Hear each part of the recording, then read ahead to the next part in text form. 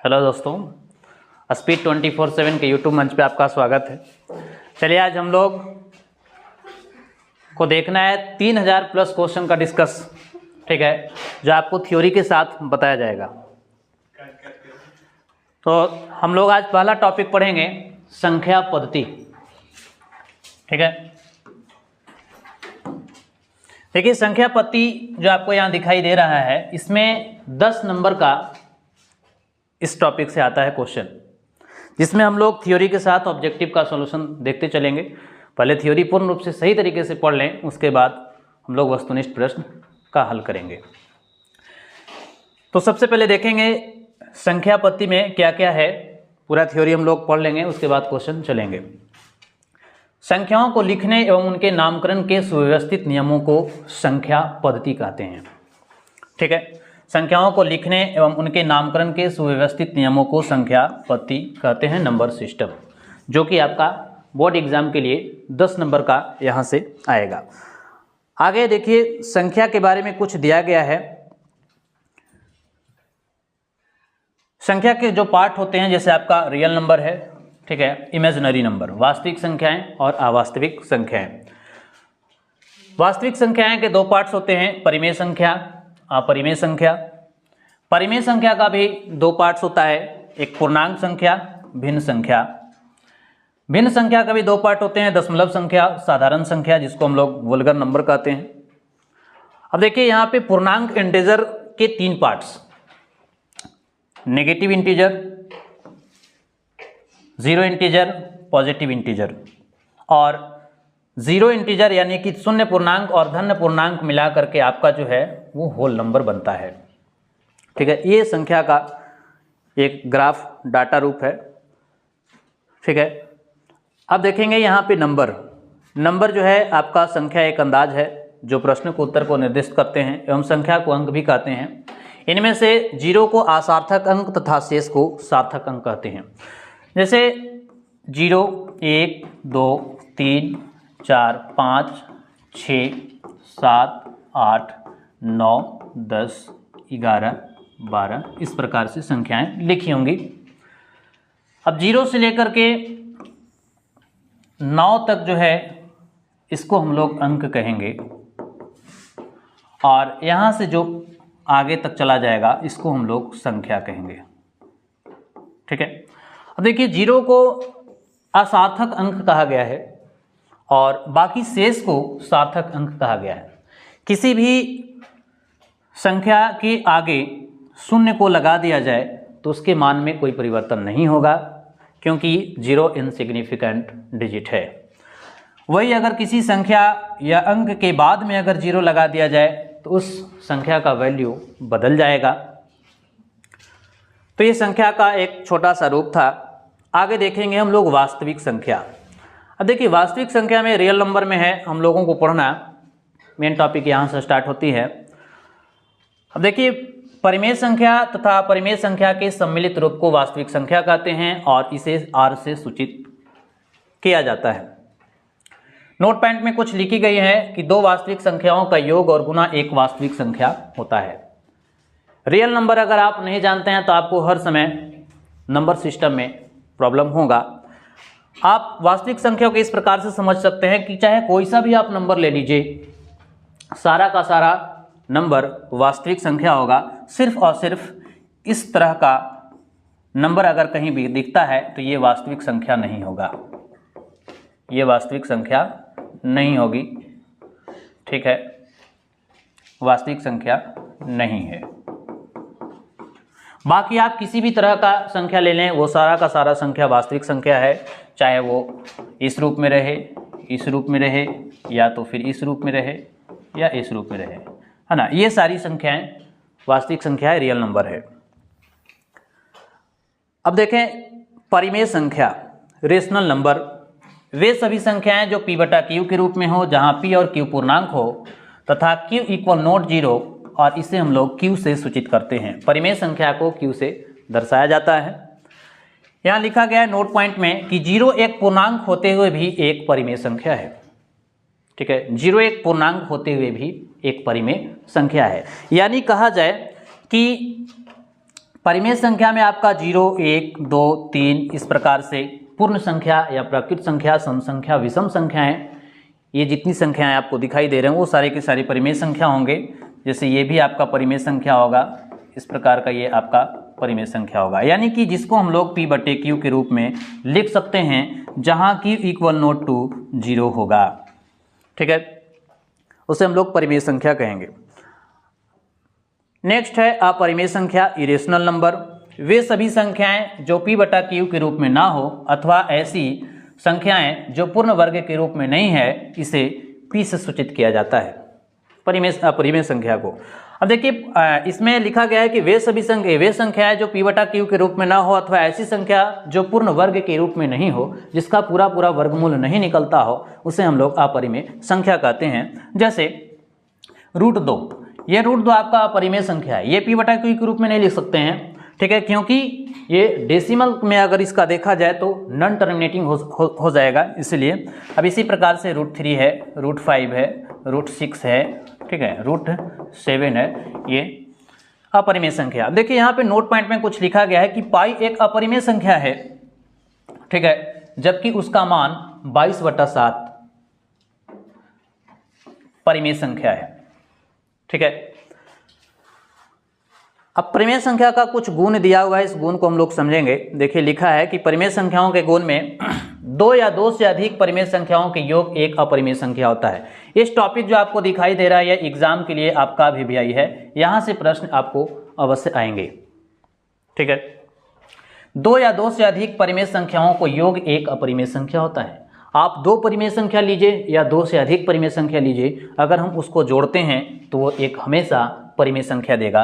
जैसे एग्जाम्पल के रूप में अगर हम लें तो 2 भी एक परिमेय संख्या है, क्योंकि ये P/Q के रूप में है। 3 भी आपका एक परिमेय संख्या है। इन दोनों को जोड़ देने से हमारा 5 आएगा, जो 5 भी एक परिमेय संख्या है, क्योंकि इसे हम P/Q के रूप में लिख सकते हैं। और भी अगर 2 से अधिक संख्या लेनी है, 2 + 3 + 4, तो ये भी आपका जो होगा वो परिमेय संख्या होगा। 2, 3, 5 और 4 9 भी एक परिमेय संख्या है।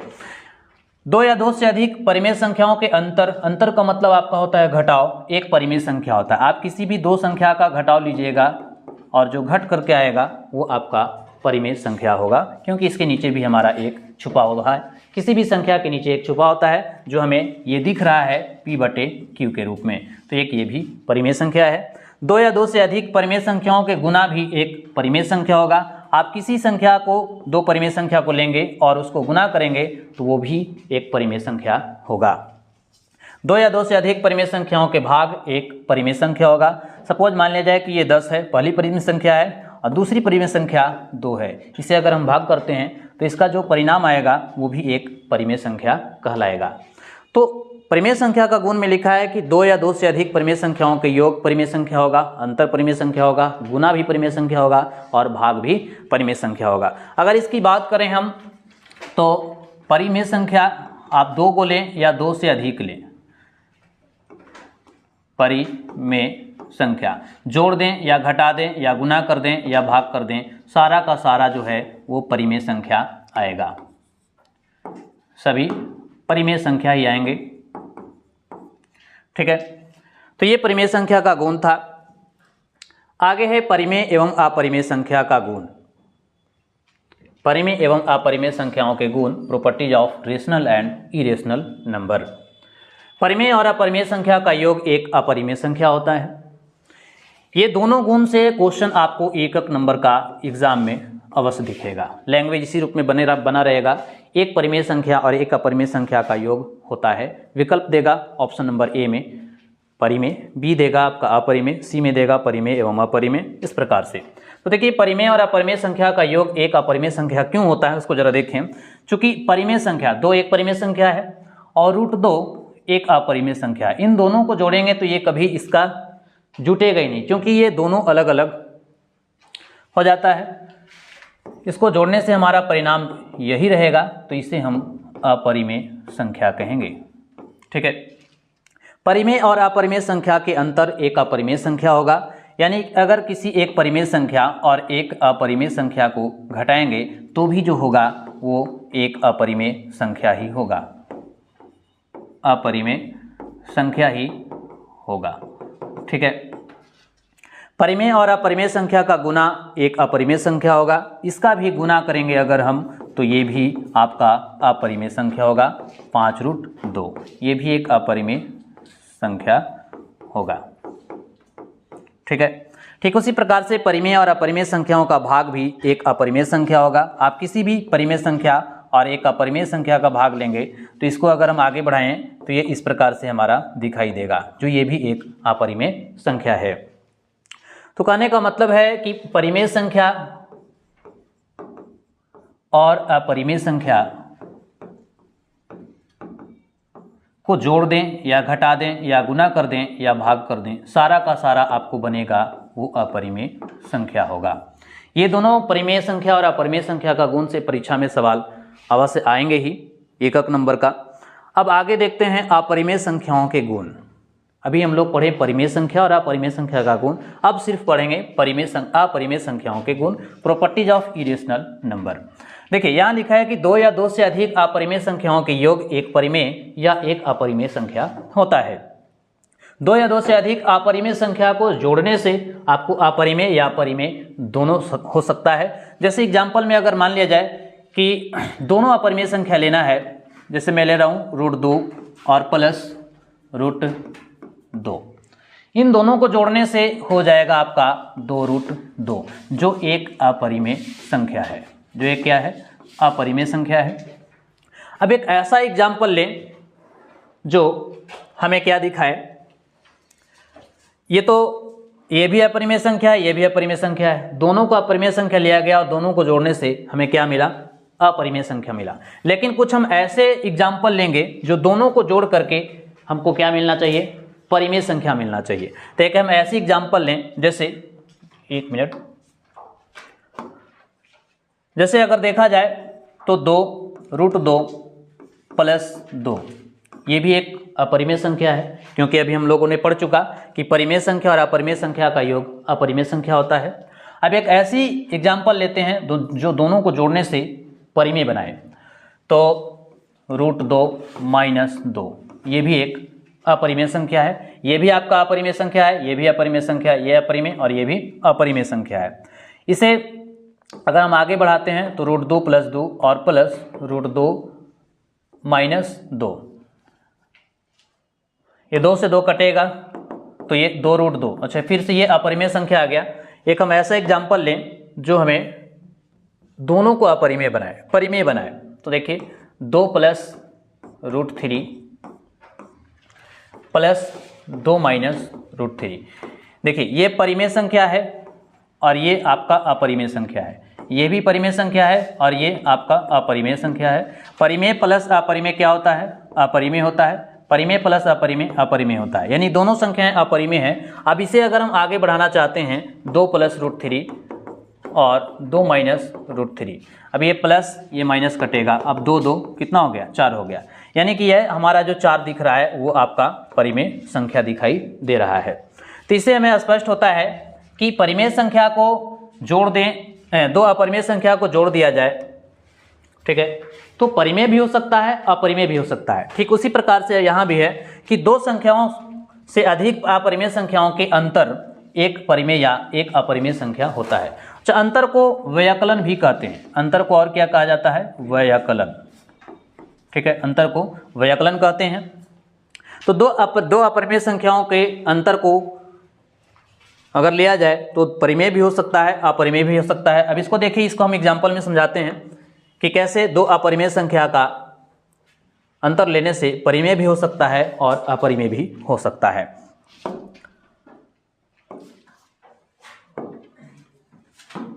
देखिए, दोनों लेना है आपको अपरिमेय संख्या, 2 + √2, अंतर करना है यानी घटाओ 2 - √2।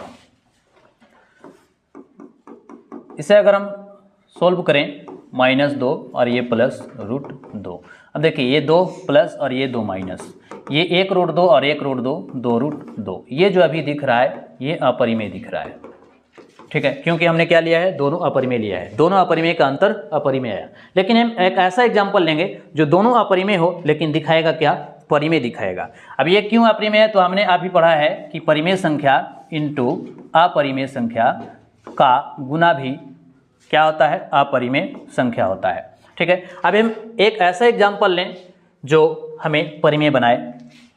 तो जैसे मैं ले रहा हूँ 3 + √3, अंतर करना है अब 2 - √3, ये भी आपका एक अपरिमेय संख्या है। तो इसको अगर सॉल्यूशन करेंगे तो 3 + √3 - 2 और ये +√3।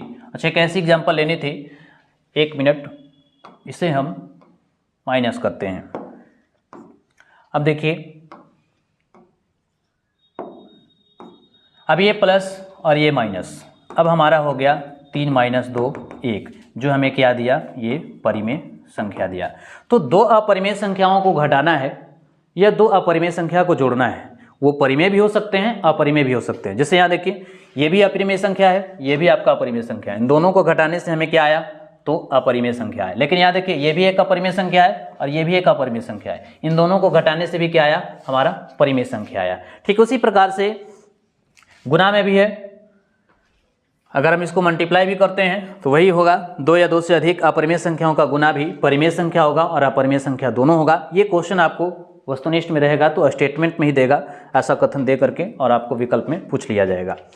2 या 2 से अधिक अपरिमेय संख्याओं के भाग एक अपरिमेय या परिमेय संख्या होता है। देखिए, एक नोट पॉइंट यहाँ लिखी गई है कि पाई इक्वल नोट 22/7, ठीक है, जो पाई का अधिकतम मान 355/113 होता है। ठीक है, ये आपको ऐसे याद रखना है, ये कोई एग्जाम से रिलेटेड नहीं है। अब देखिए, पूर्णांक में है आपका इंटीजर, वैसी पूर्ण संख्या जो धनात्मक एवं ऋणात्मक दोनों होता है, इसे आई या जेड से सूचित किया जाता है। पूर्णांक के 3 पार्ट्स होते हैं, एक ऋणात्मक पूर्णांक, शून्य पूर्णांक और धनात्मक पूर्णांक।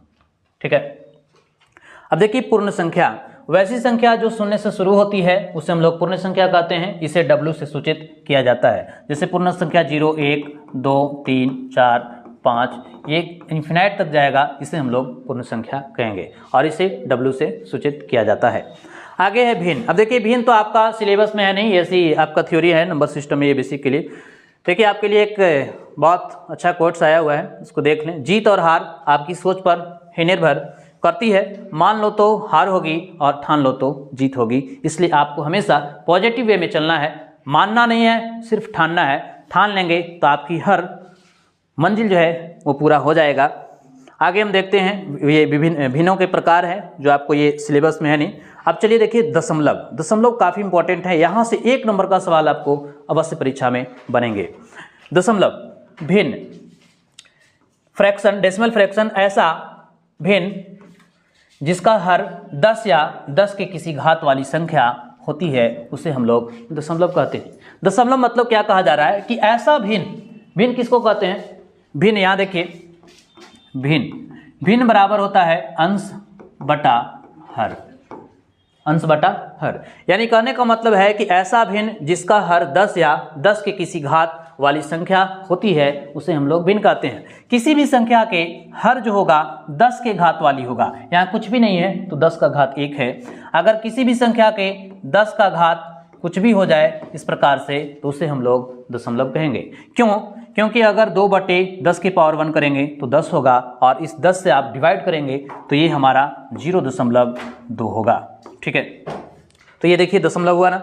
अब जैसे इसकी बात करें हम, 2/10 का स्क्वायर है, तो ये 2/10 का वर्ग क्या हो जाएगा, 100 हो जाएगा। अब इसको अगर डिवाइड करेंगे तो 0. कितने हो जाएंगे, 1 हो जाएंगे। ठीक है, इस प्रकार से ये दशमलव हमें दिखाई दे रहा है। आगे अब देखिए, मेन यहाँ से आपका स्टार्ट होता है। दशमलव संख्या 2 प्रकार के होते हैं, एक शांत दशमलव और अगला है अशांत दशमलव। शांत दशमलव को हम लोग टर्मिनेटिंग डेसिमल कहते हैं, अशांत दशमलव को नॉन टर्मिनेटिंग डेसिमल कहते हैं। अब देखिए, शांत दशमलव में क्या है कि किसी भी संख्या को लिया गया है और उसको भाग किया जाए तो वह दशमलव के कुछ अंक तक जा करके वो रुक जाता है, जिसे हम लोग शांत दशमलव कहते हैं। जैसे यहाँ देखिए, 0.356, ये भाग देने से दशमलव में तो आया लेकिन ये रुक गया, शांत हो गया। ठीक है, यहाँ भी देख लीजिए 0.78 है, ये आपका जो है ये भी शांत है, ये भी आपका शांत है। लेकिन यहाँ देखिए ये अशांत है, 0.3333 ये जा रहा है इन्फिनाइट तक। अब ये कहाँ तक जाएगा इसकी कोई सीमा नहीं है, इसे हम लोग क्या कहेंगे, अशांत दशमलव कहेंगे। इसमें भी देखिए अशांत दशमलव है, 0.1717171717 आगे तक जाते रहा है, ये कहाँ तक जाएगी इसकी भी कोई पता नहीं है। ये भी अशांत दशमलव, अशांत दशमलव और ये अशांत दशमलव।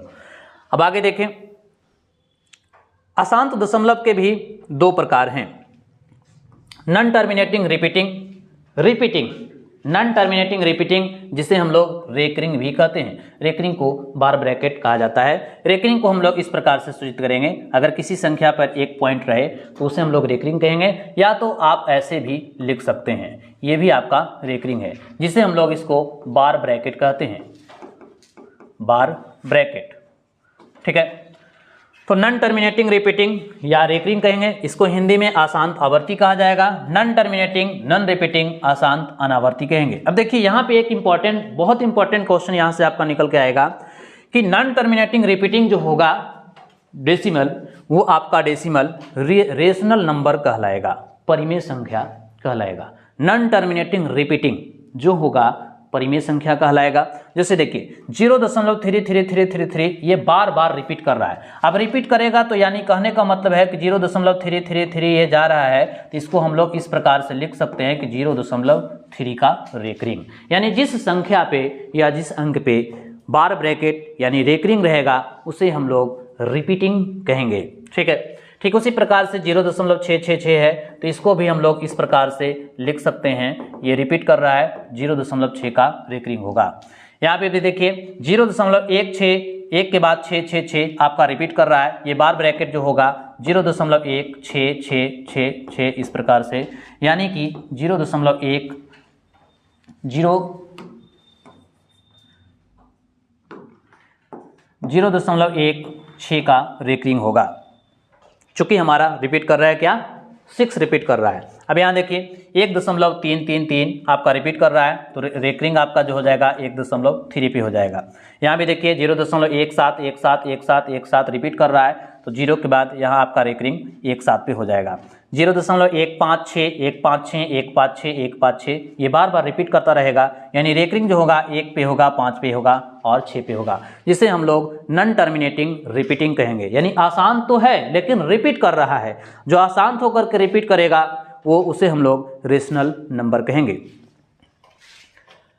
अब इसमें देखिए नॉन टर्मिनेटिंग नॉन रिपीटिंग, ना तो वो टर्मिनेट कर रहा है और ना तो वो रिपीट कर रहा है, वैसी संख्या को हम लोग इरेशनल नंबर कहेंगे। ठीक है, जैसे 0.78 1639 42 673 इस प्रकार से नॉन टर्मिनेटिंग है, लेकिन इसमें से कोई सा भी डिजिट रिपीट नहीं कर रहा है। 0.12 112 1112 इस प्रकार से ये भी आसान तो है लेकिन आवर्ती नहीं है, रिपीट नहीं कर रहा है। जैसे √2 का वैल्यू आपका 1.414, ये भी बार बार आसान है लेकिन कोई सा भी डिजिट इसमें रिपीट नहीं करेगा। √3 में भी है, आसान तो है लेकिन रिपीट नहीं करेगा, आसान है रिपीट नहीं करेगा, आसान है लेकिन रिपीट नहीं करेगा। ठीक है, आगे देखिए, करते रहो मेहनत जरूर फल मिलेगा, आज मिले ना मिले पर कल मिलेगा, जिंदगी बहुत लंबी किताब है जनाब, पढ़ते रहो हर पन्ना जरूर हल मिलेगा। तो दोस्तों जब तक आप मेहनत नहीं कीजिएगा, जब तक आप पढ़िएगा नहीं, तब तक कुछ भी नहीं मिलने वाला है। इसलिए आपकी मेहनत लगनशीलता जो है निष्ठापूर्वक ईमानदारी से करना ही पड़ेगा, तभी आपको कुछ मिल सकता है, अन्यथा कुछ मिलने वाला नहीं है। अब देखिए ये वास्तविक संख्या का गुण है, ये आपने पीछे भी पढ़े होंगे 6वीं क्लास में, ये जरूरी नहीं है आपको पढ़ने का। अच्छा चलिए इसका भी थोड़ा सा आप देख लीजिए ये क्या कहना चाहता है। ठीक है, तो प्लीज़ आप लोगों से ये रिक्वेस्ट कर रहा है कि आप भी लाइक सब्सक्राइब और शेयर ज़रूर करें। चलिए अब देखिए यहाँ आपका भाग, ये आपको पॉलिनोमियल में काम आएगा, इसे थोड़ा सा हम समझा देते हैं। देखिए ये डिवाइड का सिंबल है, इसको हम लोग भाज्य कहते हैं, जिसको इंग्लिश में डिविडेंड कहा जाता है। इसे हम लोग ए से सूचित करेंगे। जब पॉलिनोमियल में पढ़ेंगे तो इसे px से सूचित करेंगे। इसको हम लोग डिवीजन कहेंगे, इसको हम लोग डिवाइजर कहेंगे, जिसको हम लोग b से सूचित किया जाएगा, और इसे हम लोग बहुपद में gx से सूचित करेंगे। यह आपका भागफल है क्वोशिएंट, जिसको हम लोग q से सूचित करेंगे। अगर बहुपद की बात किया जाए तो qx, ये आपका शेषफल r से सूचित किया जाएगा। बहुपद के लिए ये rx होगा। ठीक है, तो एक छोटा सा इसमें था। अब चलते हैं सम संख्या। देखिए यहाँ बहुत इंपॉर्टेंट है, इससे परीक्षा में सवाल आएगा। सम संख्या या युग्म संख्या, सम संख्या को युग्म संख्या भी कहते हैं। ठीक है, इवन नंबर। अब लिखा है कि वे संख्याएं जो 2 से पूर्णतः विभाज्य हो उसे हम लोग सम संख्या कहते हैं। इसका व्यापक रूप 2m होता है। देखिए यहां से सवाल आपको पूछेगा, सम संख्या का सामान्य रूप है, व्यापक रूप है। अब देखिए जैसे कह रहा है कि सम संख्या का जो मानक रूप है वो 2m है, जहां m एक पूर्णांक है, m एक पूर्णांक है, m एक पूर्णांक है। यानी कहने का मतलब है कि m की जगह पे अगर आप कोई सा भी नंबर रखते हैं तो हमेशा आपको जो मिलेगा वो सम संख्या मिलेगा। अगर 2 भी रखते हैं तो सम संख्या मिलेगा, फिर 3 रखिएगा तो भी सम संख्या मिलेगा, 4 भी रखिएगा तो भी सम संख्या मिलेगा। इस प्रकार से कहा जा रहा है कि अगर हम इस मानक रूप में अगर किसी भी संख्या को रख लिया जाए, किसी भी पूर्णांक को रख लिया जाए, तो हमेशा और हमेशा के लिए आपको क्या मिलेगा, सम संख्या मिलेगा। आगे देखिए, इसका नोट पॉइंट भी दिया गया है। 2 सम संख्याओं का जोड़ घटाव गुना एक सम संख्या होता है। आप किसी 2 सम संख्या को ले लीजिए, चाहे जोड़ लीजिए या घटा लीजिए या गुना कर लीजिए, वो हमेशा आपको सम संख्या मिलेगा। 2 सम संख्या है, 4 भी सम संख्या है, इन दोनों को जोड़ने से 6 और 6 भी सम संख्या है। अगर मान लिया जाए कि 4 सम संख्या है, 2 सम संख्या है, इन दोनों को घटाव करेंगे तो भी हमारा घट के जो आएगा वो सम संख्या ही होगा। 6 ले लीजिए, सम संख्या है, 2 भी एक सम संख्या है, इसको मल्टीप्लाई करने से 12 आएगा, ये भी आपका 12 भी सम संख्या है। तो यहाँ वही कहा है कि 2 सम संख्याओं का जोड़ घटाव गुना एक सम संख्या होता है। अब देखिए यहाँ से सवाल पूछेगा आपको 1 से 100 तक में सम संख्याओं का योग कितना होगा, ये क्वेश्चन पूछा जाएगा। 1 से 100 तक में सम संख्याओं का योग 2550 होगा। 1 से 100 तक में 50 सम संख्याएं होती है और 50 विषम संख्याएं भी होती है। आगे चलेंगे, विषम संख्याएं, ओड नंबर। वे संख्याएं जो 2 से पूर्णतः विभाज्य ना हो उसे हम लोग विषम संख्याएं कहलाती है। जैसे 1, 3, 5, 7। इसका व्यापक रूप 2m या व्यापक रूप 2m और 2m+1, ये विषम संख्या का सामान्य रूप है, जिसे हम लोग व्यापक रूप, मानक रूप कहते हैं। अब इसमें है 2m-1 या 2m+1, जहां m एक पूर्णांक है। m के जगह पे कोई भी आप पूर्णांक संख्या रखते हैं और 1 घटाते हैं, या m के जगह पे कोई भी पूर्णांक संख्या रख करके 1 जोड़ते हैं, तो वो हमेशा और हमेशा एक विषम संख्या मिलेगा। जैसे 2 एकम 2 -1, 1 आया, यहाँ 2 एकम 2 और 2 अब 1 3, ये भी एक विषम संख्या है। 1 भी विषम संख्या है और 3 भी विषम संख्या है। ठीक है, ठीक इसी प्रकार से और भी अगर आप लेना चाहते हैं 2 × 2 -1 या 2 × 2 +1, 2 दूना 4 -1, 4 में से 1 जाएगा, 3 बचेगा, 2 दूना 4 अब 1 5। ठीक है, ये भी आपका विषम संख्या है और ये भी एक विषम संख्या है। तो विषम संख्या का जो मानक रूप होगा 2m-1 या 2m+1 होता है। यहाँ से भी क्वेश्चन पूछने की संभावनाएं हैं। यहाँ देखिए 2 विषम संख्याओं का जोड़ घटाव गुणनफल एक विषम संख्या होगा। देखिए यहाँ पे गलत लिखा हुआ है, एक विषम संख्या होगा। 1 से 100 तक में विषम संख्याओं का योग 2500 होगा। 1 से 100 तक में 50 विषम संख्याएं होती है। एक विषम संख्या और एक सम संख्या का जोड़ एक विषम संख्या होगा। आप एक विषम संख्या ले लीजिए, एक सम संख्या ले लीजिए और एक विषम संख्या ले लीजिए, उन दोनों को जोड़ने से आपको हमेशा एक विषम संख्या ही मिलेगा। ठीक है, अब देखिए सकारात्मक सोच। जीवन की हर समस्या ट्रैफिक की लाल बत्ती की तरह होती है, यदि हम थोड़ी देर प्रतीक्षा करें तो वह हरी हो जाती है। धैर्य रखें, प्रयास करें, समय बदलता ही है। तो दोस्त, आप लोगों की ये सकारात्मक सोच जो है वो पॉजिटिव दिशा में ले जाने का काम करेगा। आप वीडियो में बने रहें, तभी कुछ सीखने को मिलेगा। आपको ऐसा लगता होगा कि सिर्फ देखते जा रहे हैं, तो सत्य और कुछ हो नहीं रहा है, लेकिन अभी थ्योरी है, थ्योरी आप पढ़ लीजिए, उसके बाद हम लोग कल क्वेश्चन देखेंगे। अब चलेंगे यहाँ रूट या अभाज्य संख्याएं, प्राइम नंबर। यहाँ से सवाल 1 नंबर एकदम निश्चित है, ये प्रश्न यहाँ से आएंगे। वैसी प्राकृत संख्या जिसमें गुणनखंडों की संख्या केवल 2 हो अथवा एक या अपने को छोड़कर किसी दूसरी संख्या से विभाज्य ना हो, उसे हम लोग रूढ़ संख्या या अभाज्य संख्या कहते हैं। जैसे देखिए परिभाषा में लिखी गई है कि वैसी प्राकृत संख्या जिसमें गुणनखंडों की संख्या केवल और केवल 2 हो, उसे अभाज्य संख्या कहते हैं। या एक या अपने को छोड़कर किसी दूसरी संख्या से विभाज्य ना हो, उसे अभाज्य संख्या कहते हैं। जैसे 2, 3, 5, 7, 11, 13, 17, 19, ये जो हैं ये संख्याएं अभाज्य संख्याएं हैं। अब देखिए इसमें एक नोट पॉइंट आएगा कि 2 सम होते हुए भी अभाज्य संख्या है, सम होते हुए भी अभाज्य संख्या है। तो आपसे पूछ लिया जाएगा सबसे छोटी समअभाज्य संख्या क्या होगी, तो सबसे छोटी समअभाज्य संख्या क्या होगा, 2 होगा। ठीक है।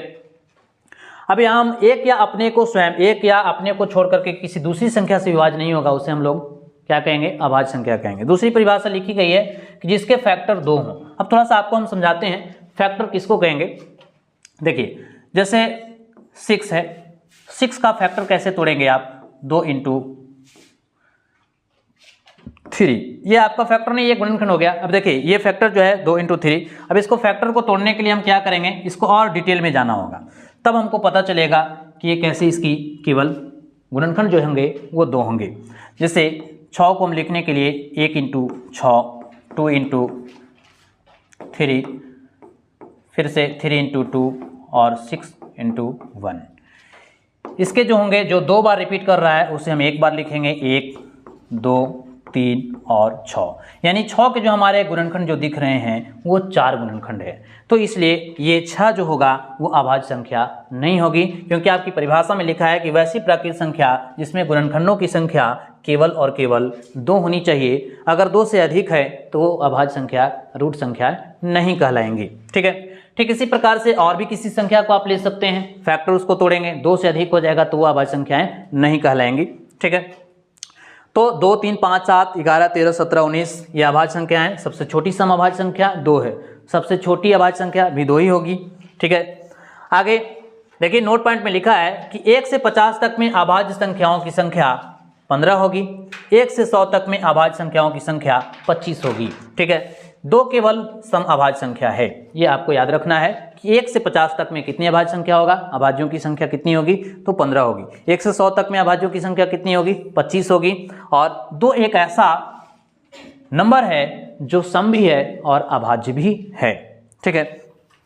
अब देखिए भाज्य या यौगिक या संयुक्त संख्याएं, जिसको हम लोग कंपोजिट नंबर कहते हैं। भाज्य संख्या या यौगिक संख्या या संयुक्त संख्याएं, कंपोजिट नंबर वैसी संख्याएं जिसके गुणनखंड 2 से अधिक हो अथवा एक या अपने से एवं किसी दूसरे संख्या से भी विभाज्य हो, उसे हम लोग भाज्य संख्या, यौगिक संख्या या संयुक्त संख्या कहते हैं। जैसे 4, 6, 8, 9, 10, 12, 14, 15, 16, 18, 20 इस प्रकार की जो संख्याएं होंगी वो भाज्य संख्या यानी संयुक्त संख्या, यौगिक संख्याएं होंगी, क्योंकि ये अपने से भी भाग लगेगा, दूसरे से भी लगेगा और खुद से भी लगेगा, उसे हम लोग भाज्य संख्या या यौगिक संख्या कहते हैं। या इसका फैक्टर भी अगर देखा जाए इन सभी संख्याओं में से, तो फैक्टर इनकी 2 से अधिक हो रही है। जैसे 4 की अगर बात की जाए फैक्टर का, तो 1 × 4 आप लिख सकते हैं। 4 को और कैसे, तो 2 × 2 लिख सकते हैं,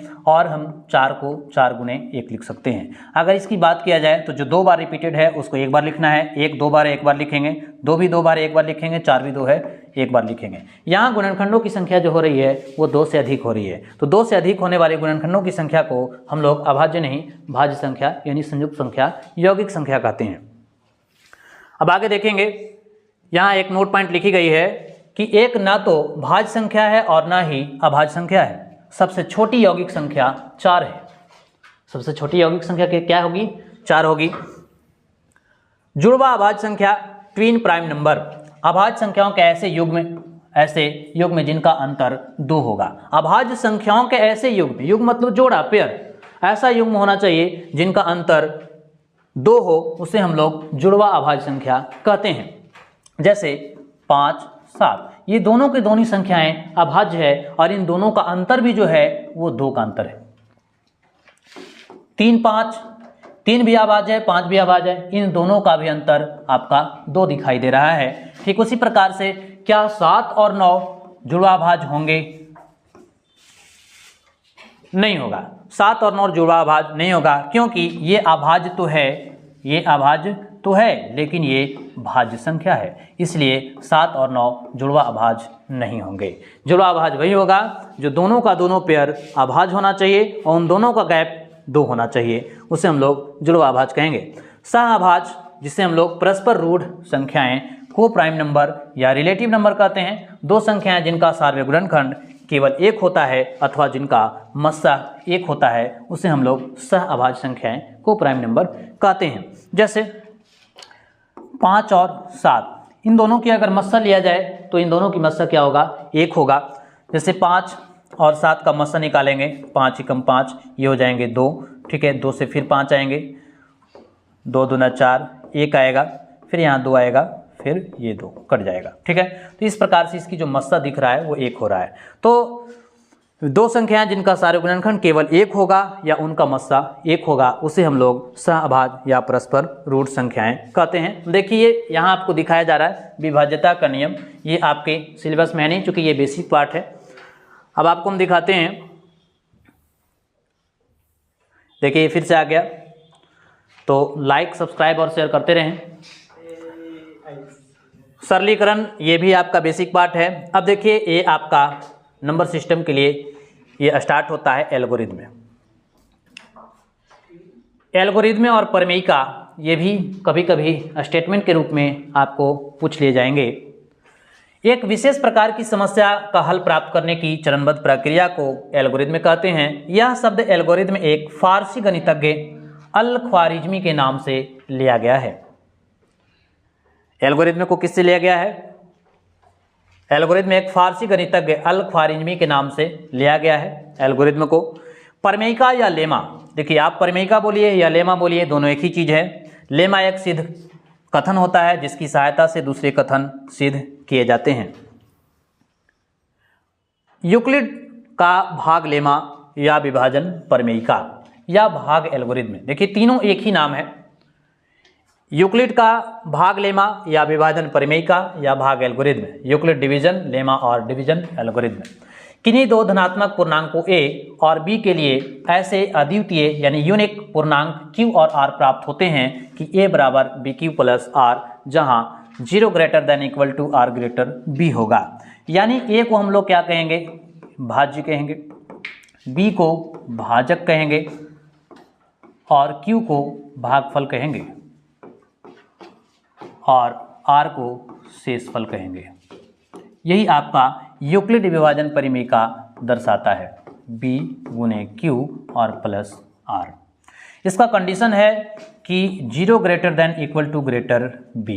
ये कहने का मतलब है कि 0 जो होगा वो r से छोटा होगा या छोटा के बराबर होगा, यानी शेषफल जो होगा।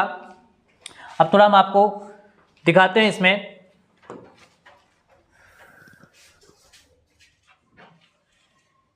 a बराबर b q plus r, 0 greater r greater b। इसका कहने का मतलब है कि ये जो r जो दिखाई दे रहा है r, ये r शेषफल, वो शेषफल जो होगा 0 से बड़ा या 0 के बराबर होगा और ये जो b जो है भाजक जो है वो r से हमेशा बड़ा होगा। जैसे हम एग्जाम्पल के रूप में अगर लें 2/5, इसको अगर आप डिवाइड कीजिएगा 2 दूना के 4, ये जो शेषफल जो आपको दिखाई दे रहा है, शेषफल हमेशा 0 से बड़ा होगा या 0 के बराबर होगा। जैसे एक एग्जाम्पल और ले लिया जाए, 3 को 6 से डिवाइड करेंगे तो 3 दूना के 6, शेषफल क्या आया? 0 आया। तो इसका कहने का मतलब यही है कि r का जो वैल्यू होगा या तो 0 होगा या 0 से हमेशा बड़ा होगा। r कभी भी 0 से छोटा नहीं होगा, ठीक है। और b यानी भाजक, भाजक जो होगा r से हमेशा बड़ा होगा, यानी शेषफल से हमेशा बड़ा होगा। शेषफल 1 से देखिए 2 हमेशा आपको बड़ा है, 0 से आपका 3 बड़ा है। तो इस कंडीशन का कहने का मतलब यही है कि 0 greater than equal to r और ग्रेटर b, यानी r जो होगा शेषफल जो होगा 0 से बड़ा और बराबर होगा और r भाजक से हमेशा हमेशा के लिए ये छोटा होगा। ठीक है, अब आगे देखिए, अब यहाँ कुछ नोट पॉइंट दिए गए। ये नोट पॉइंट आपको, नोट पॉइंट नंबर 1 आपके एग्जाम में ये प्रश्न आएंगे। लिखा है यूक्लिड विभाजन प्रमेय का मस्सा ज्ञात करने की एक तकनीक है। सवाल रहेगा यूक्लिड विभाजन प्रमेयिका की सहायता से हम क्या निकाल सकते हैं। तो यूक्लिड विभाजन प्रमेयिका की सहायता से सिर्फ और सिर्फ मस्सा को ज्ञात किया जा सकता है। मस्सा यहाँ देखिए नोट नंबर 2 में लिखा है कि मस्सा a और 1 का मस्सा 1 होगा, मस्सा a का मस्सा भी a होगा, मस्सा a0 का मस्सा भी a ही होगा और मस्सा ab का मस्सा b और a होगा। दोनों एक दूसरे के अपोजिट होंगे। a बराबर b की प्लस r और मस्सा ab बराबर मस्सा br होगा। प्रत्येक पूर्णांक एक संख्या m के लिए मस्सा m0 के लिए आपका मस्सा जो होगा m होगा। अब अगर इसकी बात किया जाए कि 1 और a की मस्सा 1 कैसे होगी, तो आपको बताया गया है, आप पढ़े भी होंगे। जैसे देखिए 1 और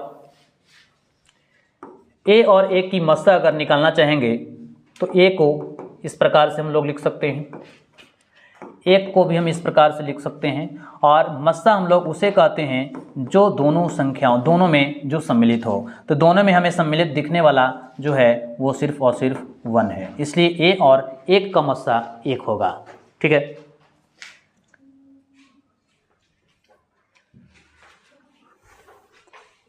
अब देखिए आधार अंक गणित का आधारभूत प्रमेय या मूलभूत प्रमेय, फंडामेंटल थ्योरम ऑफ अर्थमेटिक। प्रत्येक यौगिक संख्या को अभाज्यों के गुणनफल के रूप में एक और केवल एक ही रूप में व्यक्त किया जा सकता है। यहाँ से भी सवाल 1 नंबर में आएंगे, घात पूछ लिया जाएगा। जैसे 96 को हम किस प्रकार से बनाएंगे, इसको अभाज्य गुणनफल को गुणनफल के रूप में किस प्रकार से बनाया जाएगा। 96 को देखिए 4 दूना 8, 1 बच गया, 8 दूना के 16, 2 से, फिर 2 से लगाएंगे, फिर 2 से 6, फिर 2 से 3, यानी कि इसको हम लिख सकते हैं 2 × 2 × 2